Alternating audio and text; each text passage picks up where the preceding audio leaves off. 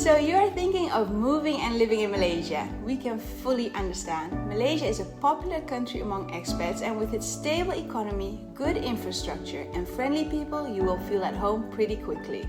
But before you can even picture yourself living in this tropical country, there is one little yet important aspect you need to figure out first. Which visa do you need if you actually want to live in Malaysia?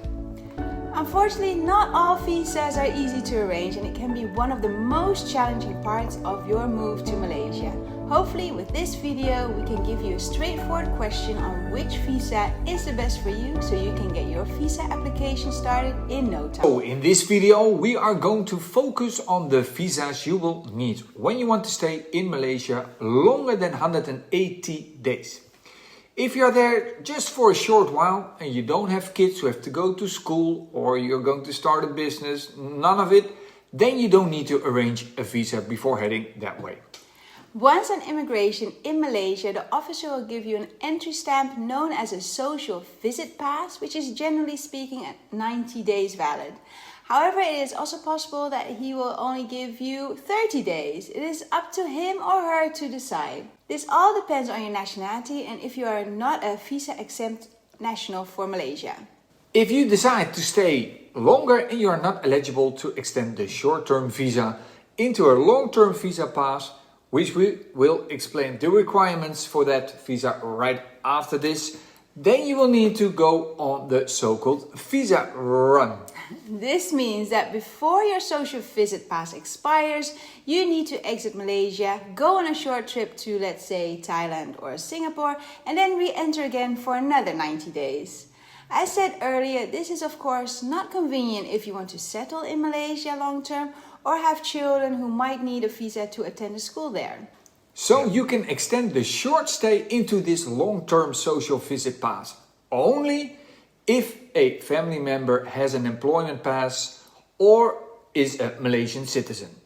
You will then receive the long-term social visit pass, commonly known as the Malaysia spouse visa, which is valid from 6 months up to 5 years and is extendable. So you can only get a long-term social visit pass if one of your family members has an employment pass. Well, what are the requirements of an employment pass? As you can tell by its name, you need to be employed by a company in Malaysia. There are a lot of requirements to get this type of work visa, such as getting a 2 or 5 year contract and earning a certain minimum income. If you are like us and you're not planning to search for work at a company based in Malaysia and you want to bring dependents along, then you have to check for other options. This is where you apply for the residency visas. There are two types, the entry permit and my second home. Well, the first one is, I think, for a very small group only. But let's have a quick look at the requirements. So for the entry permit, you are either an investor and want to deposit a minimum of $2 million in a Malaysian bank, which you cannot withdraw for the next 5 years. Another option, you are a high-skilled professional and have at least worked 3 years in a Malaysian company, or you are extremely skilled and talented in a specific field. You don't have to worry if you don't fit these requirements, because there are still other options, such as the Malaysia My Second Home program, also known as the MM2H. The Malaysia My Second Home program is similar to the retirement visa and is designed for foreigners who want to stay in Malaysia on a long-term basis without employment. It's a multi-entry visa which is valid for 10 years, and besides the possibility to leave and return to Malaysia whenever you want, other great things about this visa are you can own your own house, dependents can go to school, there are tax benefits, and you are able to register a limited company in Malaysia. Yeah. However, you do need to meet certain financial requirements to be able to join the Malaysia My Second Home program, of course. You can arrange this prior to going to Malaysia, and once you receive it, you have a whole year before actually heading there and enjoying your new home. Yeah, it all sounds really attractive, but there are of course requirements you have to meet to get this visa. Yeah, that's right. First of all, you have to be 35 years or older, have a minimum of 1.5 million ringgit in liquid assets, have a minimum monthly offshore revenue of 40,000 ringgit, have a Malaysian fixed deposit account with a minimum balance of 1 million ringgit and a one-time personal bond payment of approximately 2,000 ringgit. Besides these requirements, there are restrictions to this visa, of course.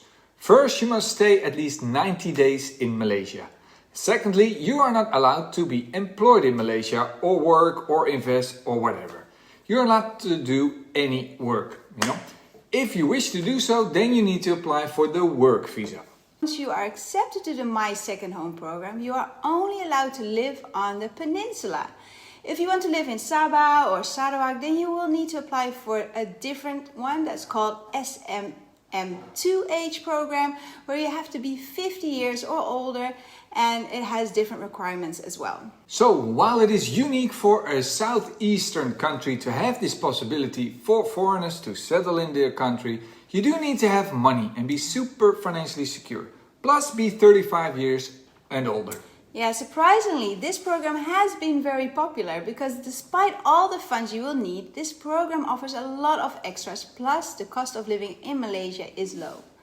We can imagine that this visa isn't an option for everybody as well.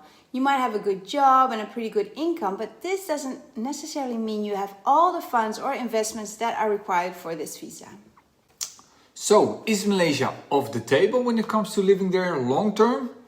Well, no, not yet, as there is one more option which we briefly mentioned in our previous video on the monthly cost of living in Malaysia, the digital nomad visa. Malaysia issued their digital nomad visa on the 1st of October 2022. It was basically an update to their existing professional visit pass. The visa is launched as part of the Rantau program. This program aims to strengthen the expat and local community of digital entrepreneurs in Malaysia. And at the same time, boost the Malaysian economy, of course. The great thing about this visa is that it is made for remote workers who want to stay in Malaysia from 3 to 12 months. Plus, they can bring their spouse and dependents with them, such as kids. The requirements for this visa are: you must work remotely or as a freelancer in a digital domain. This can be IT, content creation, digital marketing, consulting, programming, web development, artificial intelligence, and so on. So if, let's say, you work online in sales or you teach online, then you are unfortunately not eligible for this visa. Other requirements are a monthly income of $2,000 US, and that's around $24,000 US a year. You need to show proof of your income and a bank statement for the last 3 months, right? Additionally, you need a health insurance policy and a clean criminal record. If dependents are planning to join, then the most important documents are the proof of your relationship. As mentioned earlier, if you fit the requirements, it is wise to go for the digital nomad visa. The process might be more challenging than if you would go for a social visa pass and do visa runs, but a digital nomad visa allows you to open a bank account, and if you have children, they can go to school. Malaysia has become very interesting for us to move to. With our online business, we are able to apply for the digital nomad visa.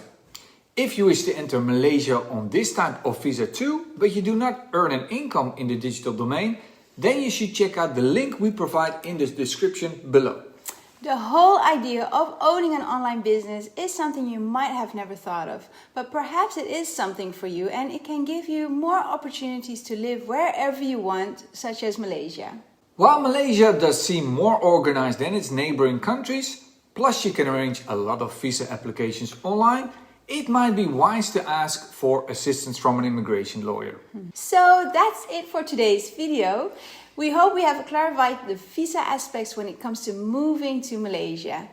Visa isn't a very exciting topic, but it is still a very important one as it plays an important role when moving abroad. If you thought this video was useful, please press the like button. And if you have a comment, please let us know in the comments. Don't forget to subscribe so you know we have uploaded our next video on moving and living in Malaysia.